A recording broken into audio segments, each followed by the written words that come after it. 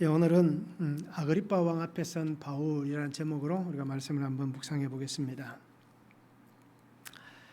우리는 거울을 다들 보시잖아요, 그죠? 거울을 보는 이유가 있습니다. 왜 거울을 볼까요? 거울을 보는 이유가 분명히 있습니다. 혹시나 그죠? 바깥에 출입할 때, 특히 밖에 나갈 때에 사람들을 만나러 나갈 때에 모습이 흐트러지진 않았는가, 그죠? 또 얼굴이나 특히 식사하고 나서 거울을 많이 보시잖아요. 보는 이유가 이 사이에 뭐가 끼어 있지 않는가라고 해서 우리가 거울을 많이 봅니다. 그래서 자신의 지저분한 것 또는 정돈되지 않은 그런 모습들을 바르게 고치기 위해서 우리는 거울을 봅니다. 보여지는 것이 중요하기 때문입니다. 그것보다 더 중요한 것이 많지만, 그런데 거울을 보는 이유 중에 한 가지는 보여지는 것, 내가 그 사람에게 어떻게 보여질까 하는 그 이유가 참 중요합니다. 그래서 우리는 거울을 봅니다. 그런데 우리에겐 거울이 또 하나 있습니다. 우리의 육체를 비추는 거울이 있고 또 우리의 영을 비추는 거울이 있습니다.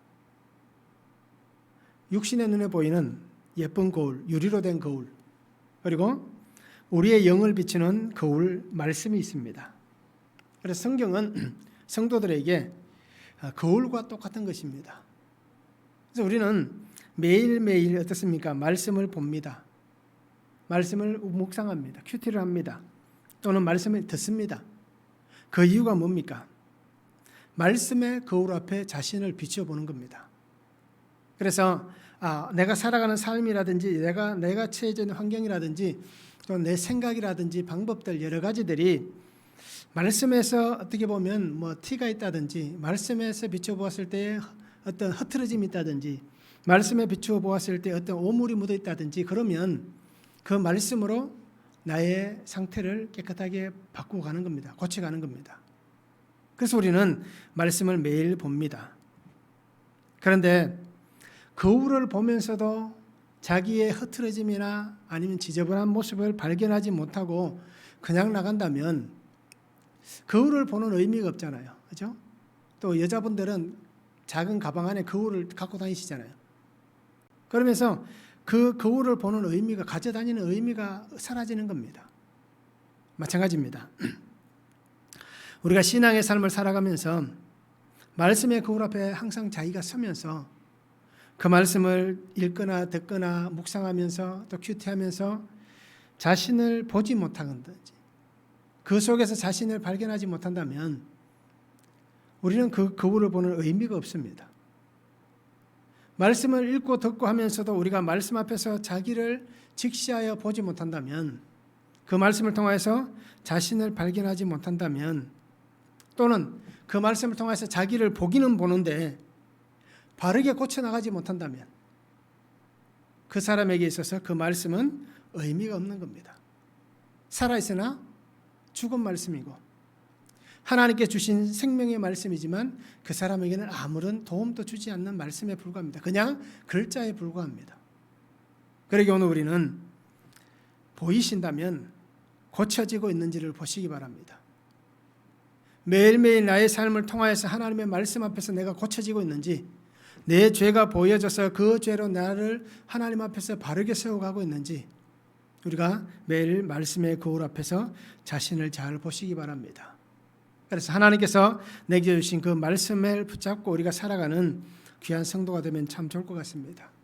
그러기에 하나님이 내게 주신 이 말씀의 이 거울을 가지고 무용지물을 만들지 마시고 정말 유용하게 잘 사용하는 그런 말씀의 거울이 되면 좋을 것 같습니다.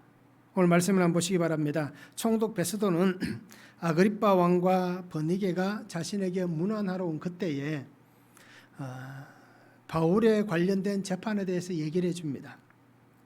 그리고는 그 재판에 대해서 설명을 쭉 한 다음에 아그리빠 왕이 관심을 보이자, 그러면 내일 당신 앞에 이 바울을 세우겠습니다. 그런데 상소할 확실한 자료를 얻기 위해서 내가 당신 앞에 세우겠습니다 라고 얘기합니다. 그래서 오늘 성경에 보면 바울이 아그리빠 왕 앞에 세워지는 장면을 볼 수 있습니다.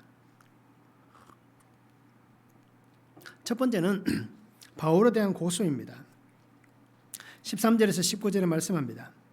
수일 후에 아그리빠 왕과 버니게가 베스도에게 문안하러 가이사라에 와서 여러 날을 있더니 베스도가 바울의 일로 왕에게 고하여 이르되 벨릭스가 한 사람을 구류하여 두었는데 내가 예루살렘에 있을 때에 유대인의 대제사장들과 장로들이 그를 고소하여 정죄하기를 청하기에 내가 대답하되 무릇 피고가 원고들 앞에서 고소 사건에 대하여 변명할 기회가 있기 전에 내주는 것은 로마 사람의 법이 아니라 하였노라.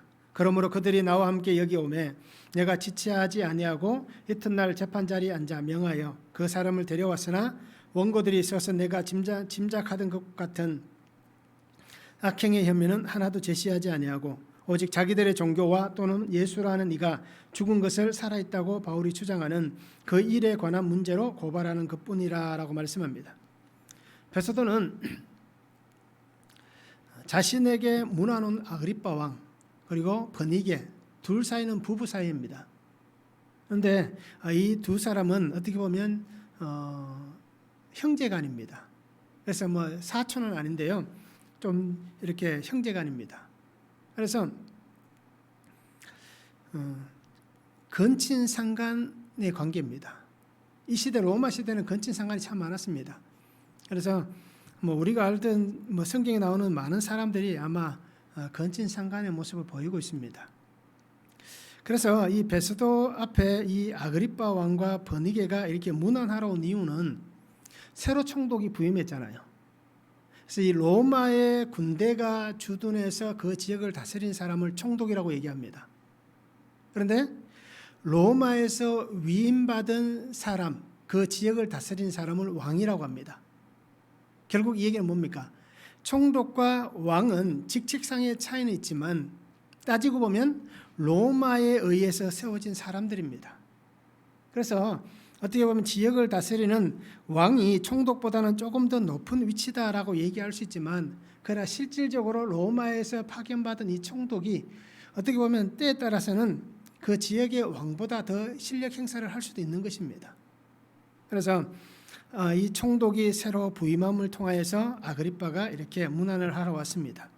그런데 문안하러 온 그 아그리빠에게 베스도가 얘기합니다.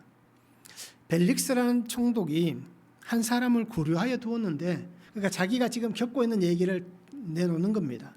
그래서 내가 예루살렘에 올라갔는데 예루살렘의 대제사장이라든지 장로들이라든지 유대 사람들이 나에게 와서 그 사람에 대해서 고소를 합디다 라고 얘기합니다. 그런데 이미 이 고소는 어떻습니까? 2년 전에 벨릭스를 통해서도 분명히 있었잖아요. 그런데 2년이라는 시간이 지났음에도 불구하고 유대인들은 해결되지 않는 이 문제를 계속해서 집요하게 해결하려고 합니다. 그래서 베스도가 부임한 것을 가지고 이 새롭게 그 얘기를 내어놓습니다. 그런데 우리가 알듯이 총독이 유대 지역에 와서 그 지역을 다스리지만 그 지역 사람들에게 환심을 얻어야 됩니다. 그래서 벨릭스가 폐위된 게 총독의 자리에서 쫓겨난 게 뭐라고 얘기했습니까? 그 지역에 일어났던 소동들, 그러니까 유대 지역에서 있었던 수많은 소동들, 그것을 잘 정리하지 못했기 때문에 벨릭스가 이 총독의 자리에서 쫓겨난 겁니다. 그것을 잘 아는 베스도는 어떻습니까? 이 지역 사람들에게 환심을 사는 것이 중요했습니다. 그래서 그들에게 얘기를 합니다. 그래서 이 바울에 대해서 재판 자리를 세우려고 하는데, 한 가지는 문제가 생긴 게 뭐냐면 16절에 얘기하는 말씀입니다. 로마 사람의 법은 피고가 변호할 그 기회를 주는 겁니다. 법정에서. 그런데 원고들이 원한다고 해서 그 원고들이 원하는 방향대로 계속해서 재판을 끌어갈 수는 없는 겁니다. 동등하게 기회를 주면서 피고에게도 그렇게 어떻습니까? 손해가, 피해가 가지 않도록 하는 것이 로마 법 중에 하나다라고 얘기합니다. 특히 로마 사람의 법이라고 얘기하는 것도 어떻습니까? 로마 시민권을 가지고 있던 바울에 대해서 특별히 더 그렇게 하고 있는 것입니다. 로마 사람이 아니라면 어떻게 보면 이러한 제한을 받지 않을 겁니다.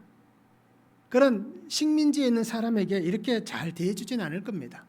그래서 특별히 로마 사람이기 때문에 로마의 법은 로마 사람들에게 적용되는 것이지 그 속국에 있는 사람들에게 적용되는 건 아닙니다. 악한 일을 저지를 때만 그렇게 하지만 좋은 의도로는 그 사람들이 행하지 않는 겁니다. 그래서 바울을 이 총독은 어떻게 합니까? 자기 속마음은 이 사람들이 원하는 대로 해주고 싶습니다. 그런데 로마 사람의 법을 따라서 그렇게 할 수 없다는 겁니다.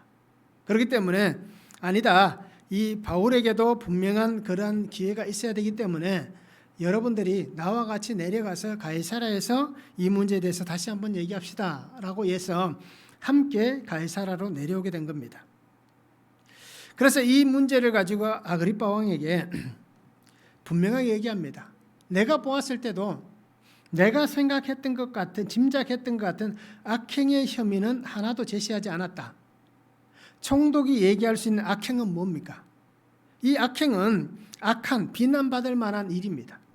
그래서 혐의는 뭡니까? 처벌받아야 마땅한 이유와 책임입니다. 그러기에 비난과 악한 일을 통해서 처벌을 받아야 될 마땅한 그 혐의를 내가 찾지 못했다라고 얘기합니다. 고소는 있었지만 이 바울이 내가 생각했던 것과 똑같은 그런 일은 없었습니다. 어떻게 로마를 향하여서 정치적으로 어떤 행동을 했다든지 법을 어겼다든지 또 정치적으로 소동을 일으켰다든지 사회를 어지럽혔다든지 황제를 향하여서 어떻게 보면 대적하는, 모욕하는 그러한 악함, 죄의 법을 짓지 않았다라고 얘기하는 것입니다. 그래서 베스도는 뭐라고 얘기합니까? 어떤 불법적 행동도 발견하지 못한 것입니다. 그런데 왜 바울이 아직까지 감옥에 있습니까? 그것은 벨릭스가 그 일을 미루었기 때문입니다. 벨릭스도 분명히 바울의 얘기를 들었고 그 주위의 환경에 대해서 여러 가지 일을 통해서 더둘러라든지 그렇게 고소하는 사람들의 변호사의 얘기를 듣고 또 바울의 변호를 듣고 해서 충분히 벨릭스도 그 문제를 파악했습니다. 그럼에도 어떻습니까? 벨릭스는 그냥 방치했습니다. 그러면서 바울을 2년 동안 감옥에 가둔 것입니다. 그리고는 이 베스도까지 왔지만 베스도도 어떻습니까? 혐의점을 찾으려고 했지만 찾지는 못했습니다. 그러나 한 가지는 뭡니까? 종교적 이유밖에는 발견하지 못하였다라고 얘기하고 있습니다. 종교적 이유는 뭐가 있겠습니까? 고린도전서 15장 3절과 4절에 보면 성경대로 그리스도께서 우리 죄를 위하여 죽으시고 장사 지낸 바 되셨다가 성경대로 사흘 만에 다시 살아나사라고 말씀합니다. 바울이 고린도에 편지를 하면서 예수님은 성경대로 우리에게 오셨다. 성경대로 우리 죄를 위해서 죽으셨다. 그리고 성경대로 살아나셨다. 라고 분명히 말씀합니다. 즉 바울과 유대인들 간의 신학적 논쟁은 바로 이 메시아 사상입니다. 그리고 부활 사상입니다. 그러기에 이 신학적 논쟁밖에 없다라는 것입니다. 죽었던 자가 살아났다라고 얘기하는 그것밖에 없는데 나는 어떤 죄도 발견하지 못했다라고 분명히 얘기하고 있습니다.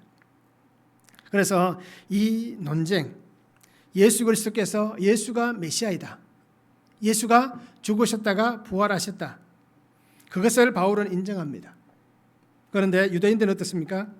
율법을 따라 살면서 이 하나님의 말씀을 저들은 듣지 않고 믿지 않고 있다라는 것입니다. 그래서 베스도는 무죄를 선언해도 됩니다. 바울 죄 없다라고 놓을 수도 있습니다. 그런데 말씀드렸듯이 유대인들의 호의를 얻는데 그 마음이 다 쏠려 있습니다. 그래서 내가 이곳에서 총독으로 이 지역을 문제없이 내가 로마에서 조금 더 승승장구하기 위해서는 내가 이 지역의 사람들과 잘 지내서 호의를 얻어서 이 사람들을 통해서 내가 로마 정계 더 중앙으로 이렇게 진출해야겠다라는 분명한 야망이 있었을 것입니다. 그러기 이 사람이 분명히 이러한 호의적인 태도로 보입니다. 그런데 정작 자신이 얘기했던 로마 사람을 위한 법에 대한 정의는 이 베스도가 무너뜨리고 있습니다. 그러기에 자기가 말하는 것과 행동하는 것이 전혀 다른 것을 오늘 우리에게 보여주고 있습니다. 이렇듯 바울에 대한 고소는 우리가 여러 번 들었기 때문에 바울이 뭐 때문에 이렇게 고소를 당한다라는 것에 대해서 우리가 짐작을 잘 해볼 수가 있는 겁니다. 말씀을 한번 적용해 보시기 바랍니다. 나의 삶은 법과 질서를 바르게 세워가는 사람입니까? 나는 법과 질서를 바르게 세우고 있습니까? 잘못된 것인 줄 알면서도 여전히 고집하고 있는 것은 무엇이 있습니까? 이것은 법 앞에 또는 세상 살아가는 사람들의 질서 앞에 분명히 잘못된 것이다. 우리가 성경을 떠났어도 그죠? 잘못된 것이다 라는 것을 알면서도 여전히 고집하고 있는 것은 무엇이 있습니까? 또 하나는 나의 이익 때문에 불의와 타협하고 진리를 외면한 적은 없습니까? 말씀을 한번 잘 묵상해 보시고 적용해 보시기 바랍니다. 오늘 베스도 같이 이렇게 호의를 얻기 위해서 그죠? 타협하고 또 외면해 버리는 이러한 일들이 내게는 없었는지 우리가 말씀을 한번 적용해 보면 좋을 것 같습니다.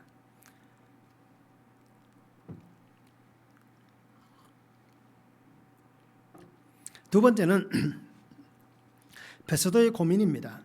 20절에서 22절에 말씀합니다.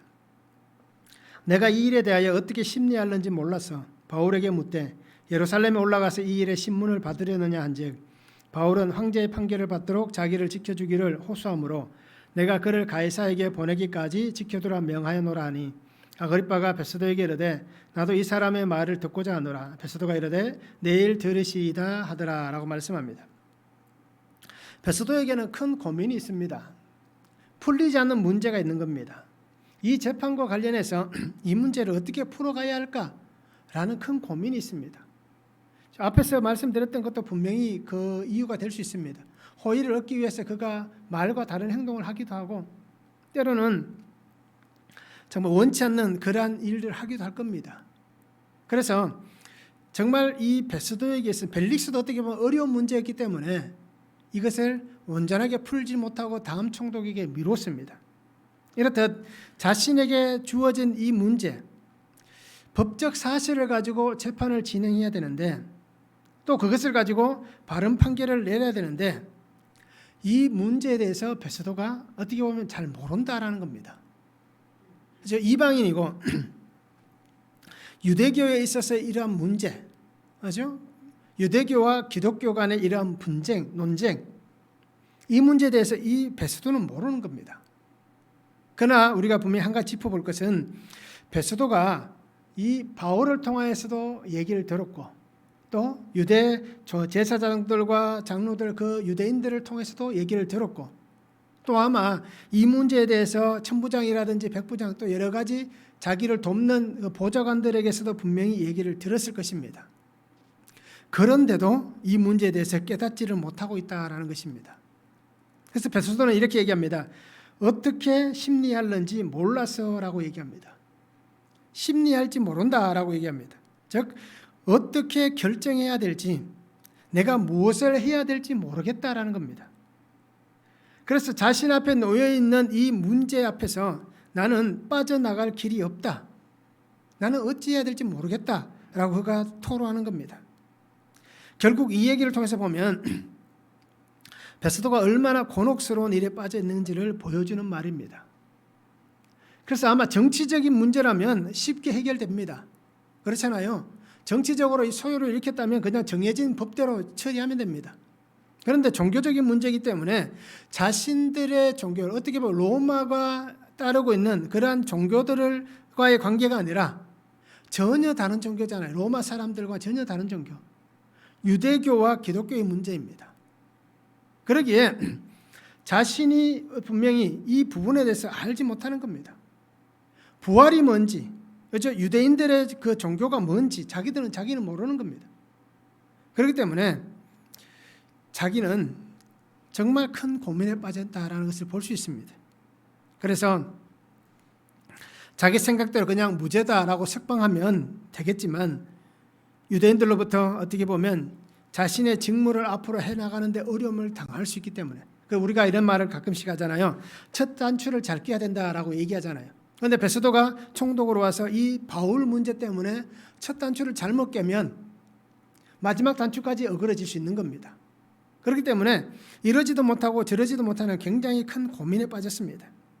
그래서 유대인들의 고수대로 판결을 내리면 로마의 법적 정의가 무너질 수도 있기 때문에 분명히 이 베스도는 고민에 빠질 수밖에 없습니다. 그래서 바울에게 물어봅니다. 내가 어떻게 하면 좋겠느냐? 어떻게 이 일을 처리하면 좋겠느냐라고 물어봅니다. 그때 바울은 뭐라고 얘기합니까? 주님의 뜻을 따라서 자신에게 말씀하셨던 그 뜻을 따라서 바울은 대답을 합니다. 사도행전 22장 21절에 보면 나더러 또 이르시되 떠나가라 내가 너를 멀리 이방인에게로 보내리라 하셨다라고 말씀합니다. 그리고 23장 11절에도 보면 그날 밤에 주께서 바울 곁에 서서 이르시되 담대하라 내가 예루살렘에서 나의 일을 증언한 것 같이 로마에서도 증언하여야 하리라 라고 말씀합니다. 그래서 바울은 이 베스도에게 주님이 주신 이 말씀을 가지고 이 복음의 은혜의 길을 걸어가기 위해서 분명한 답을 내어놓습니다. 그게 어떤 답입니까? 가이사에게 자기의 재판을 받겠다라고 얘기합니다. 종교적인 문제를 가지고 가이사에게 가서 심판을 받는다라는 것은 어떻게 보면 참 맞지 않습니다. 유대 종교와 관련된 문제입니다. 그런데 바울이 이 문제에 대해서 상수할 때에 한 가지 어떤 특권이 있습니다. 일반 어떤 식민지의 사람들은 이런 특권이 없는데 로마 시민은 자기의 재판을 황제에게 상수할 만한 특권이 있습니다. 그래서 자기가 사는 그 지역에서 재판을 하다가 나는 도저히 이곳에서 재판받지 못하겠다. 가이사의 직접 황제에게서 나는 판결을 받기를 원한다. 라고 얘기하면 누구든지 로마 시민권을 가진 사람은 황제에 가서 이 재판을 받을 수가 있습니다. 그 문제가 어떤 문제든 상관없이. 그래서 바울도 종교적인 문제를 가지고 가이사에게 이렇게 상소를 한 것입니다. 그런데 그 속에는 분명한 이유가 있습니다. 주님께서 자신에게 말씀하셨던 내가 이방인에게로 갈 것이다 라고 말씀하셨던 이방인에게로 나아가야 되는 문제, 또 내가 이것을 가지고 로마에서도 증언하여야 될 것이다 라고 하셨던 주님의 말씀, 즉 복음을 위해서 하나님께서 자신에게 부여하신 복음의 사명을 위해서 바울은 로마로 가기를 택하는 것입니다. 황제에게 가서 재판을 받는 것 바울에겐 중요한 것이 아닙니다. 황제에게 가서 자기가 어떤 피해를 보더라도 바울은 상관이 없습니다. 왜요? 말씀대로 주님이 부르시는 대로 로마에 가서 복음을 전하는 것이 그에게 있어서 사명자의 목적이었기 때문에 바로 그가 이렇게 결정을 하게 된 것입니다. 베스도는 바울과는 반대로 이 복음의 가치관에 없었습니다. 그리고 복음 안에서의 비전이 없습니다. 그리고 하나님의 원하시는 뜻이 무엇인지 모릅니다. 그런데 바울은 어떻습니까? 복음의 가치관이 있습니다. 복음 안에서의 비전이 있습니다. 자신을 통한 하나님의 원하심의 뜻이 무엇인지에 대해서 분명히 알고 있습니다. 그러기에 한 사람은 모르기에 고민하고 한 사람은 알기에 고민하지 않는다라는 것입니다. 복음이 들려지는 순간 어떻습니까? 그 말씀의 생명이 내게 들려지고 그 말씀이 깨달아지고 그 말씀 때문에 내가 하나님의 자녀가 되는 것입니다. 그런데 복음의 소리가 들려지는데도 이 말씀이 전혀 들리지 않는다면, 그 말씀이 무슨 소리인지 알지 못한다면, 또 그 말씀이 믿어지지 않는다면 그는 그 속에 생명이 없는 겁니다. 결국 이 얘기는 뭐겠습니까? 하나님 주시는 이 은혜도 양면의 모습이 있습니다. 들려지는 사람에게는 은혜가 있지만 들려지지 않는 사람에게는 은혜가 없다라는 것입니다. 이 양면의 일이 공간과 시간 속에 함께 존재하는 것입니다. 바울과 베스도가 있는 이 공간과 시간은 같은 공간이고 같은 시간입니다. 그러기에 이 공간과 시간 안에 이 양면의 일이 동시에 일어나게 된 것입니다. 그리고 오늘 우리는 하나님 안에서 내가 어떻게 살아가야 할지를 분명히 보시기 바랍니다. 내가 있는 자리가 은혜의 자리가 되고 복음의 자리가 되고 하나님 주신 사명의 자리가 될 것인지, 내가 있는 자리가 죽음의 자리가 되고 저주의 자리가 되고 정말 하나님과 끊어져 버리는, 끊겨져 나가는 그런 자리가 되는지 우리가 우리의 자리를 잘 보시기 바랍니다. 그래서 내가 있는 이 공간과 시간 안에 역사하시는 그 하나님의 은혜 안에서 우리가 말씀이 들려지는, 그 말씀을 붙잡을 수 있는 그러한 삶을 우리가 함께 살았으면 참 좋겠습니다. 말씀을 한번 적용해 보시기 바랍니다. 우리는 신앙과 삶의 문제 속에서 무엇 때문에 고민하고 근심하고 있습니까? 우리의 신앙, 우리의 삶, 무엇 때문에 근심하고 고민하고 그렇게 살아갑니까?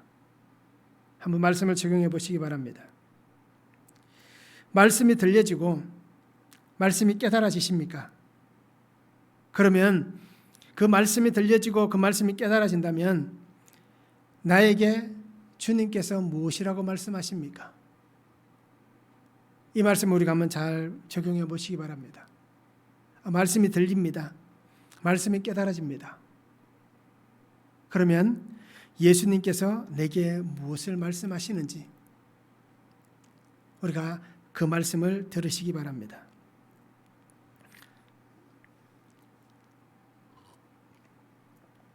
세 번째는 아그리빠 왕 앞에 서게 됩니다. 23절과 27절입니다.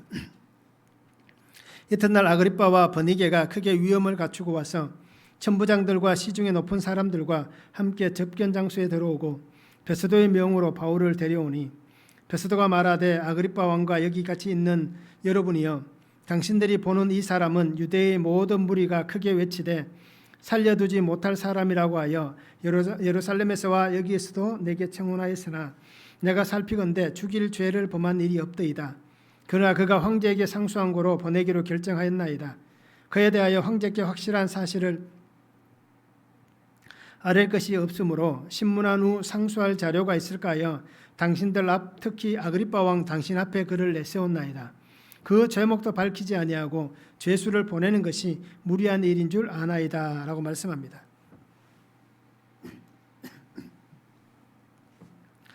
베스도는 바울이 황제에게 상수하여 이제 보내기로 결정했다라고 얘기합니다. 그래도 황제에게 보내기 전에 확실한 사실을 분명히 알아야 된다. 바울이 왜 상수하였는지에 대한 확정을 가지고 황제에게 보내야 되지 않겠는가라고 얘기합니다. 아그리빠가 바울을 보기를 원했지만 베스도의 속마음은 분명히 아그리빠가 왔기 때문에 이 아그리빠를 통해서 바울의 제목을 정확하게 정하고 싶은 것입니다. 아그리빠는 유대 지역을 다스렸던 왕입니다. 그렇기 때문에 이 베스도 자신보다는 더 많이 이 문제에 대해서 아마 능통할 것이다 라고 이해한 것입니다. 그래서 그를 아그리빠 왕 앞에 세우고 있습니다. 유대인들은 바울을 살려두지 못할 자다라고 얘기합니다. 그래서 베스도는 자기가 예루살렘에 올라갔을 때도 그렇고 지금 가이사라에 있는 지금 또 그렇게 얘기한다. 이 사람은 살려두지 못할 자다라고 얘기합니다. 유대법에 따르면 맞잖아요. 그죠? 하나님을 모독하는 사람, 율법을 무시하는 사람, 자기들의 생각입니다. 그렇기 때문에 그는 분명히 죽어야 된다라는 것이 유대인들의 법입니다. 그렇기 때문에 이 사람을 살려둘 수 없는 자다라고 얘기를 합니다. 그런데 계속해서 말씀드리지만 베스도는 아무리 제목을 찾으려고 해도 찾지 못하였다라고 얘기합니다. 결국 죽일 만한 사람이 아니다. 죽일 만한 죄가 없다라고 얘기합니다. 그래서 나는 결정하기가 참 어렵습니다. 그러기에 왕이 나를 도와서 이 문제에 대해서 결정해 줬으면 좋겠습니다 라고 그렇게 얘기를 합니다. 바울은 죄수의 몸입니다. 그런데 죄수의 몸임에도 불구하고 하나님께서 자신을 통하여 역사하시는 복음의 일을 잘 증언하고 있습니다. 그리고 복음의 사명을 온전히 이루어가는데 매여 있고 갇혀 있지만 그러나 전혀 그 모습에 대해서 보면 어떻습니까? 갇힌 자 같지도 않고 매인 자 같지도 않습니다. 왜요?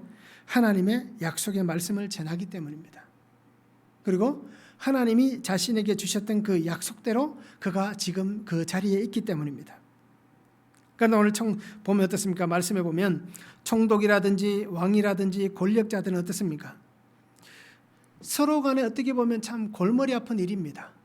해결되지 않고 풀리지 않는 이 문제이기 때문에 그래서 서로가 서로에게 어떻게 보면 떠넘기듯이 그렇게 좋은 일로 양보하면 어떻게 보면 얼굴을 낼 수 있지만 이런 문제를 가지고 서로 간에 양보한다면 더 골치 아플 뿐입니다. 그래서 서로 간에 해결되지 않는 문제 때문에 참 어렵습니다. 그런데 어떻습니까? 이 문제가 왜 해결되지 않습니까? 중요한 것은 바로 그겁니다. 자기들 욕심과 세상의 가치를 붙잡고 있기 때문에 이 문제가 쉽게 풀려지지 않는 겁니다. 사람의 욕심, 세상의 욕심, 세상의 성공, 세상의 가치를 붙잡고 있기 때문에 문제가 풀려지지 않는 겁니다. 바울같이 이러한 것에 관심이 없고 세상의 것에 관심이 없고 하나님 앞에서만 온전한다면 이 문제가 이렇게 어려운 문제가 절대 아닙니다. 그렇기 때문에 이 세상의 것을 내려놓지 못하고 이 문제를 붙잡고 풀려고 하니까 풀려지지 않고 더 꼬여가는 것을 오늘 성경은 말씀해 주시고 있습니다. 결국 한 사람이 해결할 문제를 수도 없이 많은 사람들이 똑같이 어렵게 힘들게 그 길을 걸어가고 있다라는 겁니다. 베소드는 아그리빠를 통해서 정확한 제목을 만들기를 원합니다. 그런데 우리가 한번 생각해 보시기 바랍니다. 일반 법정에서 우리가 생각하는 상식에 의해서 보면 법정에서 죄수의 제목을 정할 때에 어떻습니까? 이렇게 힘들게 정합니까? 그렇지 않잖아요. 정확한 제목을 확정하는 겁니다. 이 사람이 어떤 죄를 짓고 이 법정에 서 있다. 그렇게 이 죄에 대해서 정확하게 확정을 하고 그 사람에게 형을 내리는 것이 법정입니다. 그런데 오늘은 어떻습니까? 죄목도 없습니다. 그런데 그 죄목을 만들기 위해서 이렇게 어떻게 보면 정말 우스꽝스러운 그러한 법정의 모습을 우리에게 보여주고 있습니다. 그래서 하나님은 정말 어떻게 보면 불가사의한 일을 행하십니다. 우리가 생각해도 이해가 되지 않는 일이잖아요. 그런데 하나님은 이런 불가사의한 일을 통해서 하나님의 섭리하시는 은혜를 보여주고 있습니다. 결국 이 법정도 누가 주도를 하고 있습니까? 하나님께서 이 법정을 주도하고 계시는 겁니다. 왜요? 하나님의 말씀대로 바울을 로마로 보내야 되기 때문에. 그런데 어떻습니까? 수도 없이 많은 다른 방법들이 있을 거예요. 그런데 왜 하나님께서 이 방법을 택하실까요? 뭐 여러 가지 이유가 있겠지만 아마 이 방법을 택하시는 가장 큰 이유는 하나님께서 말씀하셨던 임금들과 그리고 이방인들, 권력자들, 권세자들 앞에 이 바울을 세우겠다라고 말씀하셨는데 사도행전 9장 15절에 보면 말씀하잖아요. 주께서 이르시되 가라, 이 사람은 내 이름을 이방인과 임금들과 이스라엘 자손들에게 전하기 위하여 택한 나의 그릇이다라고 얘기합니다. 그런데 바울이 일반적인 방법을 가지고 복음을 들고 로마로 간다 라고 얘기하면 임금들 앞에 나갈 수 있겠습니까? 그 지역의 총독 앞에 나갈 수 있겠습니까? 그 지역의 권력자들 앞에 쉽게 나갈 수 있겠습니까? 갈 수는 있겠지요. 어떤 방법을 쓰든지. 그런데 그것이 쉽지 않다라는 겁니다. 그런데 예수님께서 하신 말씀같이 임금들 앞에 세우는 것. 지금도 어떻습니까? 총독 앞에 서 있고 아그리빠라는 왕 앞에 서 있습니다. 죄수의 몸이지만 죄인이 아닌 그의 몸을 가지고 하나님은 이 복음을 위해서, 그 사명을 위해서 주신 하나님의 그 사명을 위해서 하나님께서 지금 불가사의한 이 방법들을 통하여서 하나님이 섭리하시고 역사하시면서 이 일들을 지금 이루어가고 있다라는 것입니다. 그러기에 우리가 생각할 때는 하나님 그냥 편하게 가도 되잖아요. 쉽게 가도 되잖아요. 하나님의 일을 할 때에 하나님 어렵지 않은 방법을 택해서 할 수도 있잖아요. 그럴 수도 있습니다.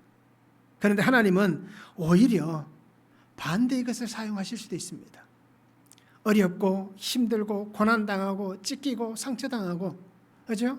다른 사람들이 보면 아이고 저래도 예수 믿나라고 얘기할 만큼 정말 어렵고 힘든 상황이 있을 수도 있습니다.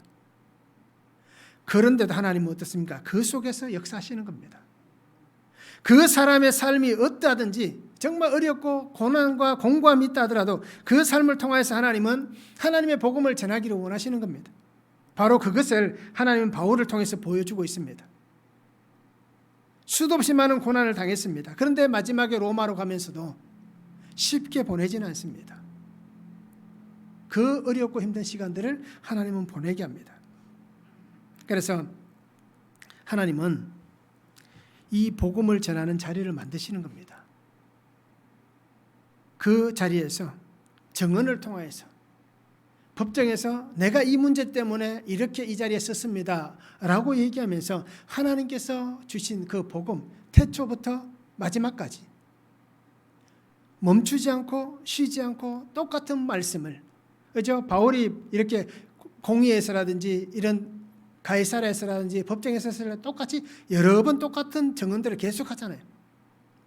그와 같은 일들을 하나님이 반복해서 사용하시는 것입니다. 그래서 하나님은 이 바울을 끊임없이 복음을 전하는 자리에 세우시는 것입니다. 그리고 그 자리에서 누구에게도 없는 하나님 주신 용기를 가지고 담대함을 가지고 복음을 전하는 자리를 만드시는 겁니다. 죄수라면 어떻습니까? 정말 죄수라면 그 법정에서 벌벌 떨 겁니다. 그런데 바울은 어떻습니까? 전혀 떨림이 없습니다. 오히려 더 담대하게 외치는 겁니다. 그리고 오늘 이 아그리빠 왕 앞에 선 것도 바로 9장 15절의 말씀, 하나님의 약속, 하나님의 이 명령, 하나님의 사명 안에 분명히 세워졌다라는 것을 우리가 볼 수 있기를 원합니다. 그래서 오늘 우리도 고난과 힘듦의 자리가 분명히 나에게 있습니다. 그러면 그 고난과 힘듦의 자리에서 역사하시는 주님을 바라보시기 바랍니다. 주님을 의지하시기 바랍니다. 주님과 함께 믿음으로 나아가시기 바랍니다. 그러면 하나님께서 오늘 바울을 사용하셨듯이 나를 이 복음 안에 놀랍게 하나님이 사용해 가실 것입니다. 말씀을 한번 적용해 보시기 바랍니다. 나는 어떤 곳에 있습니까? 수치스러운 부귀영화의 자리에 있습니까? 아니면 영광스러운 죄인의 자리에 있습니까? 나는 어떤 곳에 있습니까? 바울과 같이 영광스러운 죄인의 자리에서 있습니까? 아니면 아그리빠나 베소도나 이 수많은 사람들 같이 수치스러운 어떤 부귀영화의 자리에 있습니까? 말씀을 한번 적용해 보시기 바랍니다. 실패할 수도 있습니다. 병이 들 수도 있습니다. 어려운 고난을 겪을 수도 있습니다. 예수 믿어도 암 걸릴 수 있고요. 예수 믿어도 사업에 실패할 수 있고요. 예수 믿어도 가진 거 다 날아갈 수 있습니다. 예수 믿는다고 해서 그런 것이 안 생긴다면 그것은 참 문제입니다. 하나님은 오히려 우리가 실패하고 병이 들고 어려운 고난을 겪는 그 자리에서 그 삶 속에서 하나님은 나를 복음을 전하는 사람으로 세우는 겁니다. 그러면 내가 겪어왔던 이 수많은 일들, 이것이 혹시라도 약재료가 되어서 다른 사람을 살리는 복음을 전한 일들이 있습니까? 이것을 가지고 내가 복음을 전했던 사람은 누구입니까? 그리고 복음을 전할 사람은 누구입니까? 우리가 말씀을 한번 잘 적용해 보시기 바랍니다. 하나님은 바울을 하나님이 맡겨주신 그 사명 안에 세웁니다. 그리고 그 복음을 위해서 위험한 일, 고난의 자리, 갇힘과 아픔의 삶의 자리가 있게 합니다. 그런데도 하나님은 끝까지 그 길을 준비하시고 끝까지 그 길을 인도하십니다. 세상의 가치를 따른다든지 그것으로 해결되는 어떤 문제가 있다든지 또는 세상의 것으로 정말 잘 풀려나가는 그러한 것이 아니라 세상은 알 수도 없고 세상의 것은 해결되지도 않고 세상은 감당하지도 못할 하나님의 그 섭리하시는 역사심의 은혜가 오늘 분명히 우리에게도 있습니다. 그 은혜 안에서 묶여진 일들이 줄줄이 하나씩 풀려나간 그 은혜를 하나님께서 우리에게 보여주실 것입니다. 지금 묶여 있습니까? 수많은 겹겹이 우리에게 쌓여있는 그 일들이 있습니까? 하나님은 하나씩 풀어가실 것입니다. 그리고 마침내 내가 하나님 앞에 서는 그날에 이 모든 문제가 다 해결되는 은혜를 허락해 주실 것입니다. 그래서 우리는 예수님을 떠나 살 수 없습니다. 또 예수님을 떠나 삶의 가치를 나눌 수도 없습니다. 그리스도인인 나는 예수님 안에 살고 예수님 안에서 나의 삶의 가치가 있는 것입니다. 그러기에 그것을 우리는 값없이 나눌 수 있고 아끼지 않고 흘려보낼 수 있고 또 내 것을 귀하게 여기지 않고 내 것을 희생하고 내 것을 소비하면서까지 우리는 이 가치를 나눌 수가 있는 것입니다. 그리고 오늘 우리가 이 말씀을 분명히 붙잡으시기 바랍니다. 하나님은 나를 이 은혜 안에 부르셨습니다. 그리고 나를 이 은혜 안에 세워가고 계십니다. 그리고 마침내 하나님은 이 은혜 안에서 나에게 부여하신 모든 사명을 잘 이루었다라고 칭찬해 주실 것입니다. 그리고 오늘 우리는 주시는 말씀을 따라서 주님 앞에 나아가시기 바랍니다. 순종이 제사보다 낫다라고 말씀했습니다.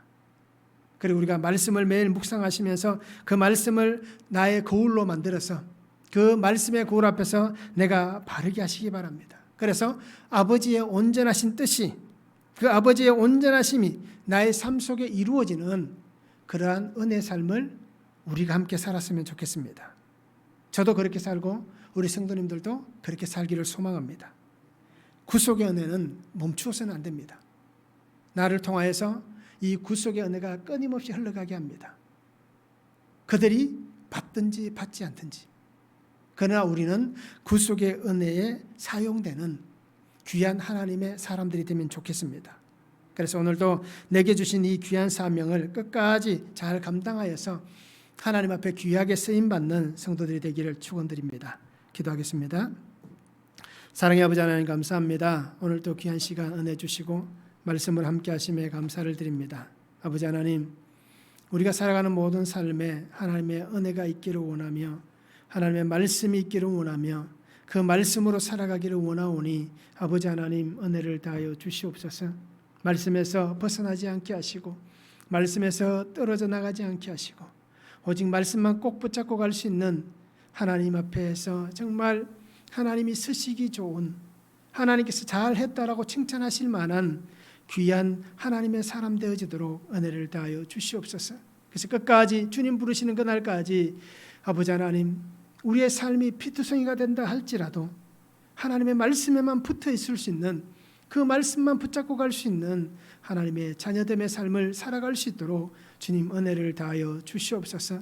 다른 것은 없습니다. 다른 길은 없습니다. 다른 곳에 하나님 주신 은혜는 없습니다. 오직 주님밖에 없사오니 아버지 하나님, 우리가 이것을 놓치지 않게 하시고 빼앗기지 않게 하시고 잃어버리지 않도록 주님 은혜를 다하여 주시옵소서. 오늘도 우리에게 주신 말씀을 잘 기억하게 하시고 하나님께서 맡겨주신 그 사명의 자리에서 끝까지 복음을 위하여 충성하며 헌신할 수 있는 귀한 성도들의 삶이 되도록 주님 축복하여 주시옵소서. 감사를 드리며 예수 그리스도의 이름으로 기도하옵나이다. 아멘.